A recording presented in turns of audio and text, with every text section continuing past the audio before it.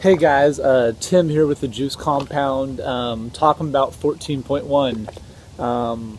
I'm in an ice bath right now, so if my voice is shivery, I apologize. It's got to be 50, maybe even 40 degrees in here, but I'm ice bathing before tomorrow night. But we're going to do this in under 2 minutes. I know everyone's got to get ready and get their game face on for tomorrow. Hopefully that's when you're hitting this. Some of you are doing it tonight, and that's cool. Let's talk about this WOD. 30 double unders, 15 burpees, 10 minutes. 7.5 rounds is kind of the breaking point on this. If you want to be with the big hitters, you've got to get above 7.5 or at 7.5 rounds. It's about 345, 350 reps. So we need to kind of reverse engineer our numbers. One of the things we're going to see, I don't think you're going to see a lot of people push the top limit on this too much. Like, you're not going to see 11 rounds, 10 rounds on this. So don't go up too high on like the high end of this, on the ends of the bell curve. But I think you are going to see where 2011, 7-ish rounds was good. It's going to be 7.5 for most, really 8.5 for some of the bigger hitters on this WOD, okay?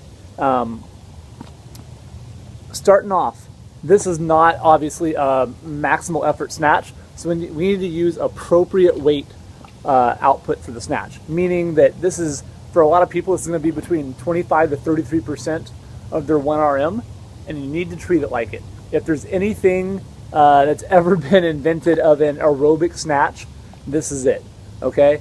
So if you sit for someone that's like, I have bad snatch technique, I can't stabilize overhead in the bottom of the squat, that's not you for this WOD, okay? We're not going to see any correlation between your 1-rep snatch and how many rounds people get on this. It's going to be a big variety, so don't let that hold you back. Second, you need to save about 20 seconds at the end, because the way the reps work, to get back to double unders. Okay, that's going to be the big separating point. So you can finish up with 300, let's say 314 reps, 315. You're going to get right to 345, and that's where we want to get you. Okay, for most of you trying to stay in the game. And again, 7.5 rounds is to really stay in. 8.5 is, I think, where we're going to see the big jump this time. Okay, so breaking down the rounds. I'm a big numbers guy on this stuff. I love to geek out. To get 7 rounds, we're looking for about 1:15 for the first 4, and then 1:30 for the next 3.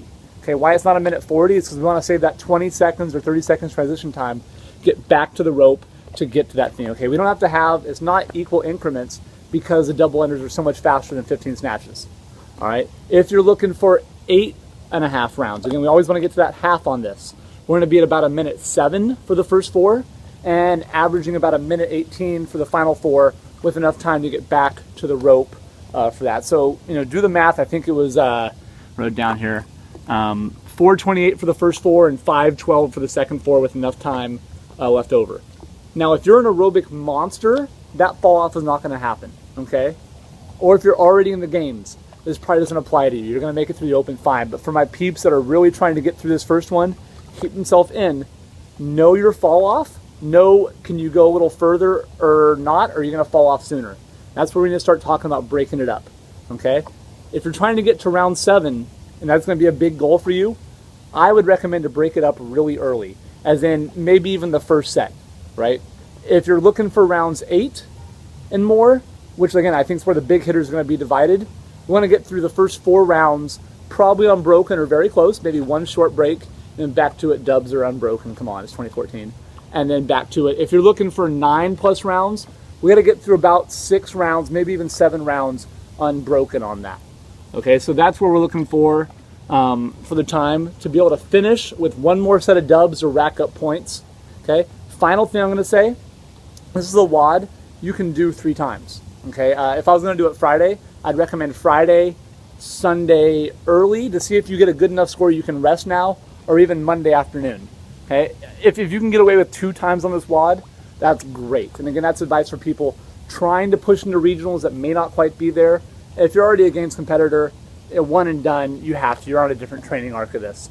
But for my peeps out there that are really close, you're going to be at number 47, 48, or trying to get on your team. That's what we want to strategize this, okay? That's all I got right now. Hope you guys have a good night. Tim with the Juice Compound. Let me know how you guys do.